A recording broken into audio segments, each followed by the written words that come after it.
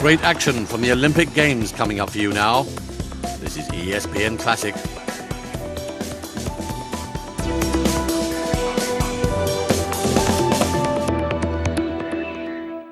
I dream of being the best. Every athlete dreams of being the best. And it's in the Olympics where those dreams can come true.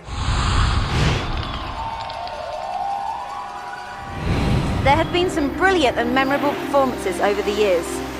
There's been elation, there have been tears, and there's been pain. Something that a man at number 10 can certainly vouch for.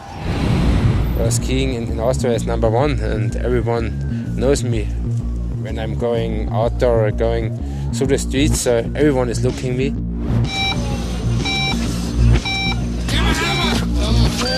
As Hermann says, sport in Austria doesn't come much bigger than skiing. And in 1998, he went into the Olympics amongst the favourites for gold in the downhill, the Super G and the giant slalom. Great moments often come through triumph in times of adversity.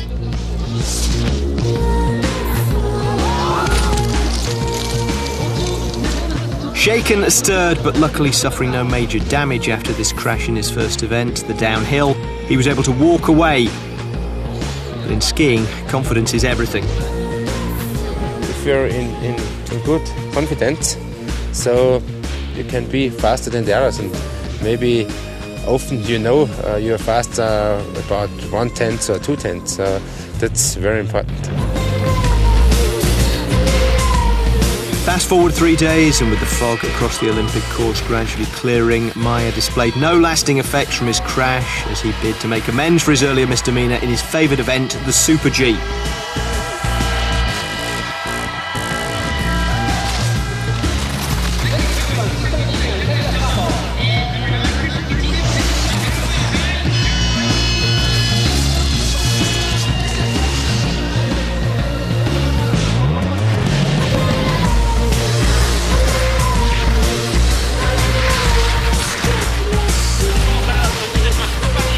Despite performing somewhat conservatively by his own standards, Meyer would go on to take gold ahead of Didier Couche and Hans Knaus by a massive 0.6 of a second.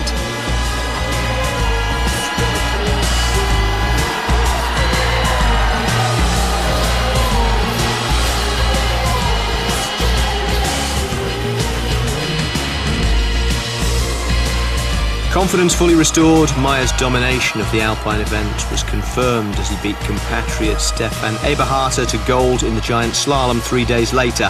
All in all, a remarkable comeback from the Herminator. So 1 down, 9 to go.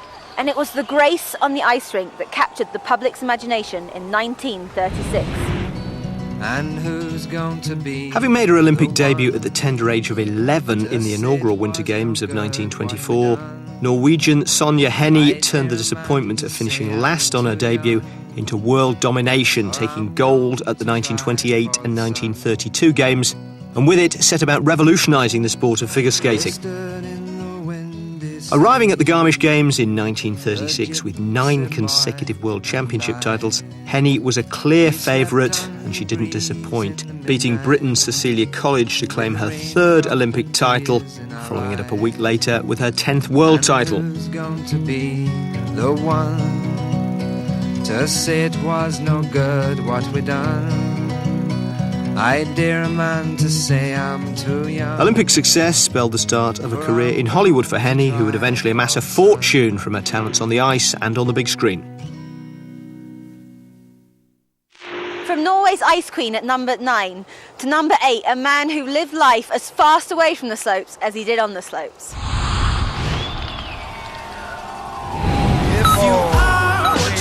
When sportsmen are referred to as being characters, it's often a somewhat kind way of skirting around a lack of tangible success, but that's definitely not the case with this man. When I arrived in Calgary, I was at my peak, all fired up.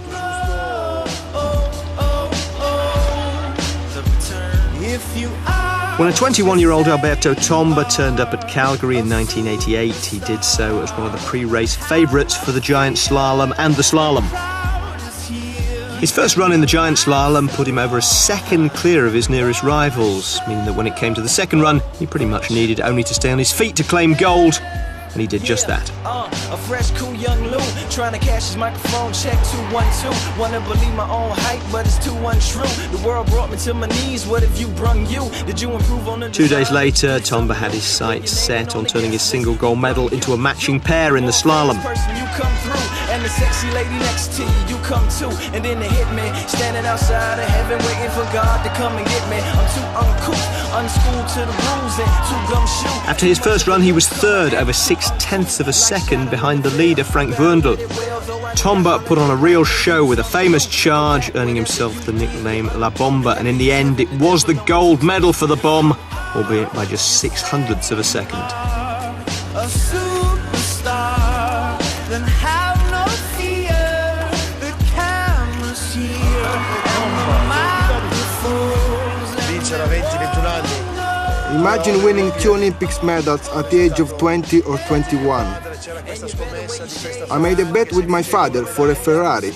If I won a medal or ended my career, he would buy me a present. I won 2 medals and everything changed.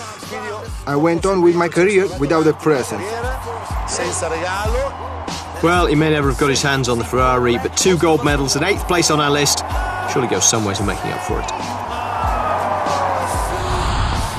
3 down, 7 to go then, and the next great moment is a story of redemption. Lillehammer 1994 and the final of the Team Large Hill ski jumping. Masahiko Harada was at the time one of the best in the world, and on his first jump had flown 122 metres. If this jump is over 105 metres, his Japanese team will take gold. It isn't, and at 97.5 metres, the team are relegated to silver. Just a bad effort. I could not get the energy to leave the arena, even though there is 1 jumper left. My teammates were very nice to me. They said that was an honor to win the silver medal. At the victory ceremony, we made a joke of it. You can see us stumble as we stepped onto the platform. 4 years on, and Harada's home games in Nagano. Leading after the first round of the individual normal hill competition, he had the honour of jumping last. But again, his form deserted him when it mattered, and 5th was all he could muster.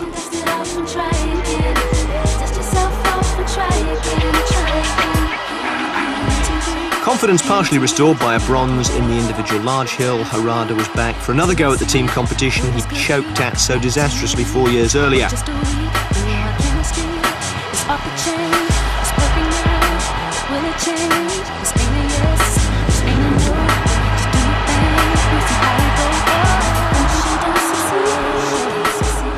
In the thick snow, he produced a jump so short that it dropped his team from 1st to 4th, rekindling memories of Lillehammer 4 years earlier.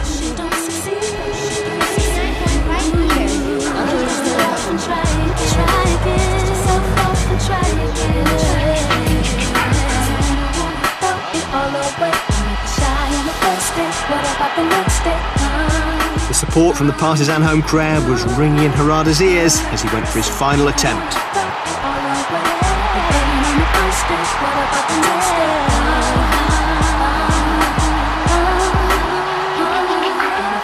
It was massive, 137 metres, but with the final round of jumps remaining, it was left to teammate Kazuyoshi Funaki to seal gold for the team and spark wild celebrations for them and the fans.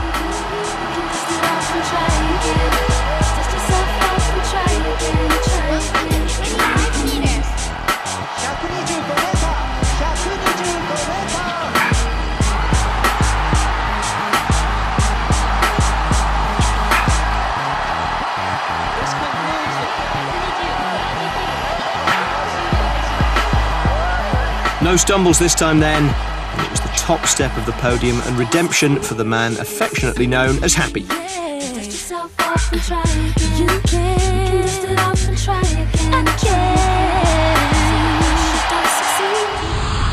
At number 6, it was the East German skater who was simply mesmerising at every Olympics she competed in. At the Sarajevo Games of 1984, a superstar was born as East Germany's Katharina Witt announced her arrival on the Olympic stage with gold in the women's figure skating. You don't understand the impact of the Olympics until you come home, until you really see what happens, that the entire world is basically watching for those 2 weeks. But she knew her next games would likely be her last. I love to skate, but I knew my amateur career would be finished after that season. And I wanted to continue as a professional. So the deal was by then with the Sports Federation up to the government that if I bring home the gold medal, they would let me skate as a professional. America's Debbie Thomas was widely acknowledged as Witt's main rival for gold in Calgary. And as the skaters arrived for the free skate, held a small lead over the reigning champion. With both of their free programmes set to Bizet's Carmen, the press had imaginatively dubbed it the Battle of the Carmens. And at this point, I was like, hey, I'm a figure skater, you know, I'm not going to war. This is not a battle. Yes, but of course, when there's a competition, it does come down to a battle. Thomas paced around nervously backstage as the event edged towards its conclusion, with Witt delivering an impressive yet beatable performance.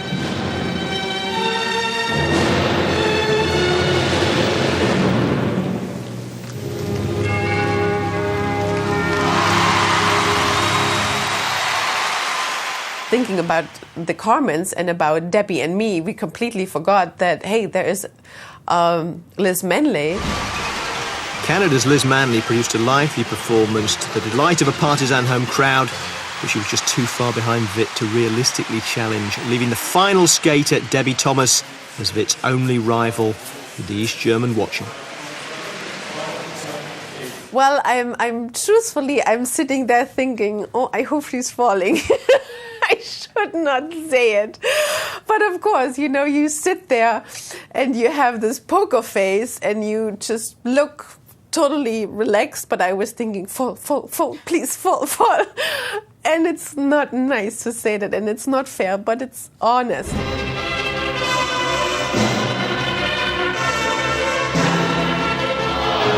And with Thomas's fall, the fate of the gold medal was sealed, with Witt coming out on top in the Battle of the Carmens, and Thomas forced to settle for bronze behind the home favourite Manley.